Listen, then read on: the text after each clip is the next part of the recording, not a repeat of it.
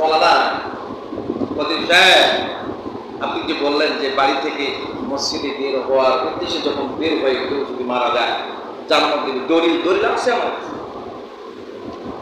দলিল না থেকে কথা বলবে, বুঝতে পারছেন নিয়ামতটা? আমার কথা কি বোঝেন আপনারা? যেভাবে ঘুমাচ্ছেন তাতে করে মনে হয় যে খুব সুখ আপনাদের। এখন দেশ স্বাধীন হয়ে একদম খুব সুখের মধ্যে আছে, কোনো টেনশন নাই, চিন্তা নাই, ভাবনা নাই, ভালোই আছেন মনে হয়। একবেলা না খেয়ে থাকুন তবু শান্তিতে আছে, এমনও অনেকে বলছে, আমাকে বলতেছে এরকম আপনারাও নাকি? হ্যাঁ, বাকি লোক কথা দেখেন, বাড়ি থেকে গোসল করে উজু করে আপনি মসজিদের উদ্দেশ্যে বের হয়েছেন, আপনি মারা গেছেন। এখন দুই ধরনের ফেরেশতা আসবে। কয় ধরনের ফেরেশতা আসবে? আরে ভাই কথা বল না ভাই, কয় ধরনের ফেরেশতা আসবে? দুই ধরনের ফেরেশতা আসবে। জাহান্নামী ফেরেশতা আসবে, জান্নাতি ফেরেশতা না, বুঝেন নাই কথা? জান্নাতের ফেরেশতা টান দেবে জান্নাতের দিকে, জাহান্নামের ফেরেশতা জাহান্নামের দিকে টান দেবে। দুই ফেরেশতার হলো টানাটানি, মারামারি। এখন মূলত কোন দিকে যাবে কোন ডিসিশন কিন্তু হয় না। কোন ডিসিশন যখন হয় না, সর্বশেষ আল্লাহর কাছে ফরিয়াদ করবে, আল্লাহ তোমার এক বান্দা আজকে মৃত্যুবরণ করেছে, জুমাবার উযু করে গোসল করে উযু করে সুগন্ধি ব্যবহার করে মসজিদ যাচ্ছিল, মারা গিয়েছে। আল্লাহ তোমার এই বান্দা তো জান্নাতি, আমরা জান্নাতের ফেরেশতা তারে জান্নাত নিয়ে যাওয়ার জন্য এসেছি, কিন্তু আল্লাহ আর এক ফেরেশতার গ্রুপ বলতেছে, জাহান্নামের ফেরেশতারা বলতেছে, আল্লাহ তোমার এই বান্দার এত পাপ এত অপরাধ, সে তো জাহান্নামী। হঠাৎ করে একদিন উযু গোসল করলো, উযু করলো, মসজিদে বের হলো, আর জান্নাত হয়ে গেল। এটা আমরা মানি না। হ্যাঁ, কথা ভাই, এটা আমরা মানি না, জাহান্নাম নিয়ে যাব।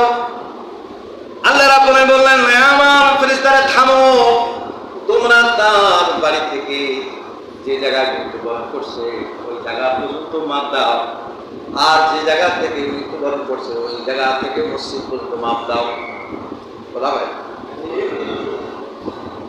যেটার দূরত্ব বেশি, দূরত্ব কাছে, সেটা রেজাল্ট দিয়ে দাও, মাপ দিয়ে দেখা করো আল্লাহর বান্দা বাড়ি থেকে যেখানে মৃত্যুবরণ করছে এটা দূরত্ব কম, দূরত্ব বেশি। যে জায়গায় মৃত্যুবরণ করছে ওই জায়গা থেকে মসজিদের দূরত্ব কম। আল্লাহ রাব্বুল আলামিন বলেন এটা হলো জান্নাতি, এটা হলো।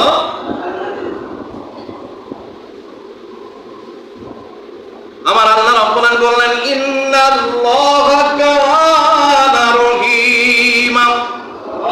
আবার রাখছে বলে, ইন্নাল্লাহা কানা তাওয়াবার রহিমা। আল্লাহর বান্দার মনে যখন বলে আল্লাহ পাক কিনা জানি না, আল্লাহ আমি একজন মুসলমান, মসজিদে যাব, জুমাবার গোসলটা করি, সবার আগে মসজিদে যাব, মসজিদে যাওয়ার উদ্দেশ্য করে গোসলটা করলো, উযু বানাইলো, মসজিদে চলে আসলো। আমার আল্লাহ পাক বান্দা, তুমি যখন আমার মসজিদে যাওয়ার উদ্দেশ্য করে সারা জীবন নামাজ করো নাই, আমার পথে চলো নাই, কিন্তু তুমি যখন আমাকে ভয় করেছো পরিকৃতপক্ষে, আল্লাহ আমি তো একজন মুসলমান, সারা জীবন ফাঁকি দিলাম, আর কতদিন এভাবে চলা যায়, আল্লাহ তুমি আমারে মাফ করো, ক্ষমা করো, আজকে থেকে জুমা শুরু করবো, আমি গোসল করতেছি, আল্লাহ তুমি মাফ করো, ক্ষমা করো। আল্লাহ উযু করলাম, তুমি আমার উযু কবুল করো। পাঞ্জাবি পায়জামা পরলাম, আল্লাহ তুমি কবুল করো। তার মানে সে মনের ভেতরে একটাই তার চাওয়া, আল্লাহকে রাজি করা, সন্তুষ্ট করা।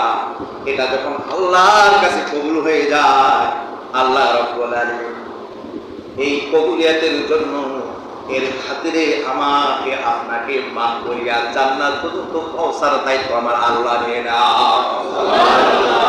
কথা কার?